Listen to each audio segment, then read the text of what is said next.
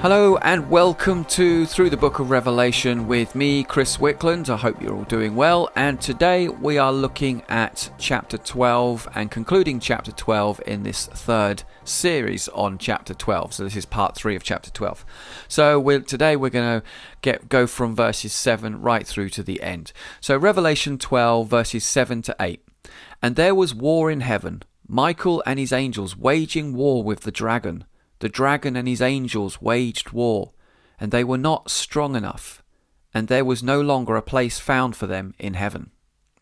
When reading scripture, one needs to look for patterns, especially repeating ones, and these patterns help us to work out meanings and context. So in verses 4 to 6, we have a flashback to history, then a jump forward back into prophecy. This has already been explained in last week's commentary. So here we see the same pattern again. We start with a flashback, but then the vision shifts back into future prophecy. Firstly, we look back to the first great war in heaven. Now, the scriptures say very little about this event, but for more study on this, please look up these various passages to study on spiritual warfare, just to give you a kind of cross-reference onto this subject. So here's a few scriptures for you. Jude 1, 6-9, Daniel 12:1, Isaiah 14:12, Daniel 10:13, Luke 10:18, Revelation 12:4, 2 Peter 2:4, Revelation 20:10, Matthew 25:41, Isaiah 14:12-15, and Ezekiel 28:12-19. That should give you a good little overview of things on spiritual warfare there. Revelation 12 verse 8, and they were not strong enough, and there was no longer a place for them in heaven. Satan and his angels were not powerful enough as an army to take on 2/3 of all the good angels of heaven. Satan managed to enlist 1/3 of the heavenly host, whilst 2/3 remained loyal to God. Satan simply didn't have the military strength to take on so many of the angelic host, and consequently there was no place for them in heaven any longer. Revelation 12 verse 9, and the great dragon was thrown down, the serpent of old, who is called the devil and Satan, who deceives the whole world. He was thrown down to the earth, and his angels were thrown down with him. Now, it's here in this verse that some commentators say that verse 9 is now looking forward into future prophecy. So verses 7 to 8 is about the original ancient war, which forced Satan and his evil angels out of the presence of God, which is in the third heaven. The evil angels then took charge of the second heaven, and Satan became lord of the power of the air, Ephesians 2:2. This realm of the air is known as the second heavens, where powers, principalities and dominions reside. These are powerful good and evil angels who control what goes on upon the earth in the realms of kings, politics, influencing what people think and believe, etc. For some more scriptures on that subject, see Ephesians 6:12, Daniel chapter 4 and Daniel chapter 10 verses 10 to 21. With this understanding in mind, some commentators, and I include myself here, believe that verses 7 to 9 is referring to another battle and war in the heavenlies, where Satan and his angels are removed from the second heaven and thrown down onto the earth for the last and final showdown prior to Jesus' return. Now, this idea might seem strange to some, but it is actually completely consistent with end-time scriptures pertaining to stars being thrown down to the earth at the end of days. And remember that stars represent angels in those contexts. Matthew 24:29. Immediately after the tribulation of those days, the sun will be darkened, and the moon will not give its light, and the stars will fall from heaven, and the powers of the heavens will be shaken. Isaiah 14:12, how you are fallen from heaven, O day star, son of dawn, how you are cast down to the ground, you who laid the nations low. Mark 13:25, and the stars will be falling from heaven, and the powers in the heavens will be shaken. You'll notice from the Matthew 24:29 passage that the angels will be thrown down at the end of the tribulation period, just prior to Jesus' return, and this is consistent with the doxology of praise in verses 10 to 12 of Revelation 12, that begins with these words. Now has come the salvation and power and the kingdom of our God and the authority of his Messiah. For the accuser of our brothers and sisters, who accuses them before our God day and night, has been hurled down. Revelation 12:12. For this reason rejoice, O heavens, and you who dwell in them. Woe to the earth and the sea, because the devil has come down to you having great wrath, knowing that he has only a short time left. So in ancient times, Satan and his angels were thrown out of the third heaven. Then they took up residency in the second heavens and dwell there in our current timeline. But then near the end of the age, they will also lose the second heaven and will be thrown down onto the earth. Excuse me. You will note that Revelation 12:12 says, rejoice, O heavens, not rejoice, O heaven. It's the plurality of the word heavens is where I'm getting my thinking from here.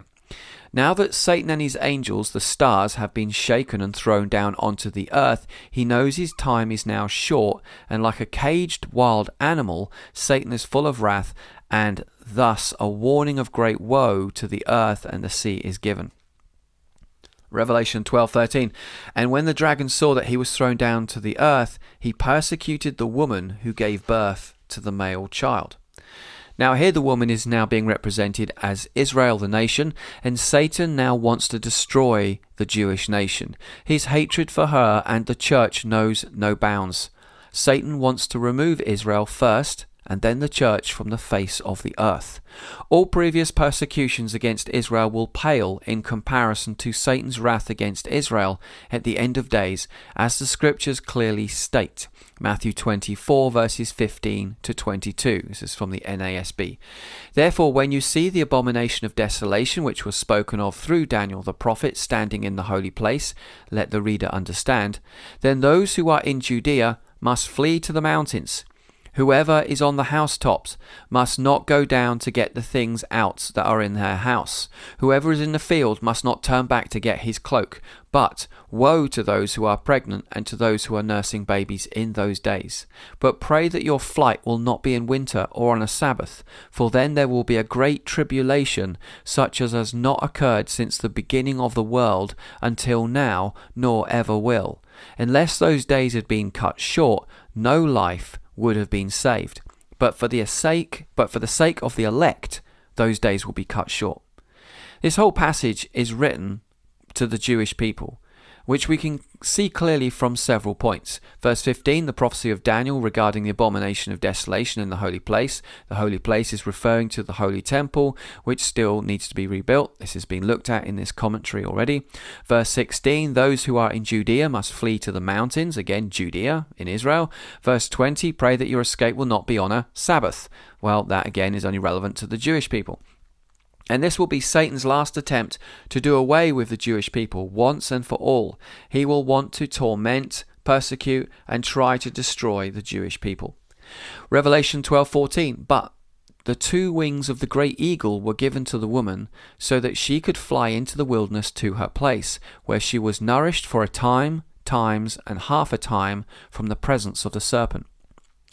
Now verse 14 is referring to a future event here, and we know this because of the mention time, times, and half a time.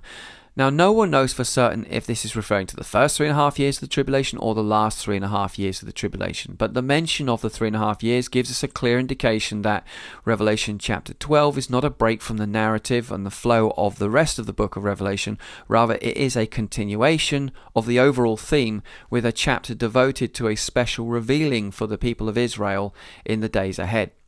Another thing we need to be very careful to do here is not put present-day current ideas into ancient apocalyptic text.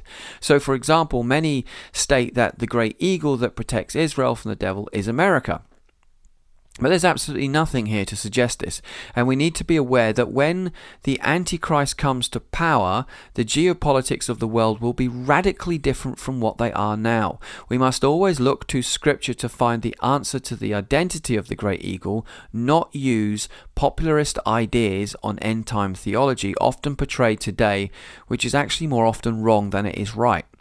Let's look at a few scripture references to see who or what the eagle represents. Isaiah 46:11, calling a bird of prey from the east, the man of purpose from a far country. Truly I have spoken, truly I will bring it to pass. I have planned it, surely I will do it. Now the bird of prey is King Cyrus in the context here, and the land of the east is Persia. And God used Cyrus to bless Israel and helped her become restored as a nation. Again, don't contextualize this to America or something like Donald Trump or someone else, because this prophecy is a Middle Eastern king from the Middle East. To try and read things into the text which are not there is why many keep getting it wrong with end-time prophecy. Also note that Cyrus is a bird of prey, but no mention here that he is actually an eagle. So again, we can't use the "it's America" as an argument there, because it's just not going to work. Exodus 19 verse 4, "You yourselves have seen what I did to the Egyptians, and how I bore you on eagle's wings and brought you to myself." Now in this verse, it is God who is the eagle, who supernaturally delivers Israel out of Egypt by taking her into the wilderness, which is exactly the same description of Revelation 12:14. In the Exodus passage, the Israelites were taken to safety on the wings of the eagle. In Revelation 12:14, 2 great wings of the great eagle were given to the woman. As ancient Israel was taken into the wilderness in the original Exodus story, so again in Revelation 12:14, Israel is taken into the wilderness again. So really what we're seeing in Revelation 12:14 is more about prophetic poetry, showing that it would be God who would deliver the people of Israel. Such a scripture would be immediately recognizable to a Jew as being a reference to the book of Exodus and the first great Exodus. Again, some may argue, well, isn't this not a prophecy or a re-look at that or rehash of that original Exodus story? Is what we're seeing in Revelation here just something, a re-quote of the past? No, because when they were in the wilderness, they weren't there for time, times and half a time. They were there for 40 years. Time, times and half a time is a riddle that comes from the book of Daniel, and that riddle is about the 3.5 years, the 7-year period, which is split into 2 3.5 year periods. Thus, it is not, sadly for those that believe, Donald Trump or America in this passage, but God himself will save Israel in the time of the tribulation. Also, let us not forget that the cherubim in heaven have 4 faces, one of them being an eagle. See Ezekiel 10:14. Revelation 12:14, "But the 2 wings of the great eagle were given to the woman so that she could fly into the wilderness to her place where she was nourished for a time and times and half a time from the presence of the serpent." Now, during the time of the Great Tribulation, probably the last 3.5 years, i.e. time, times and half a time, she will be supernaturally protected by God in the wilderness, in a place that is safe from the presence of the dragon, i.e. Satan and his government.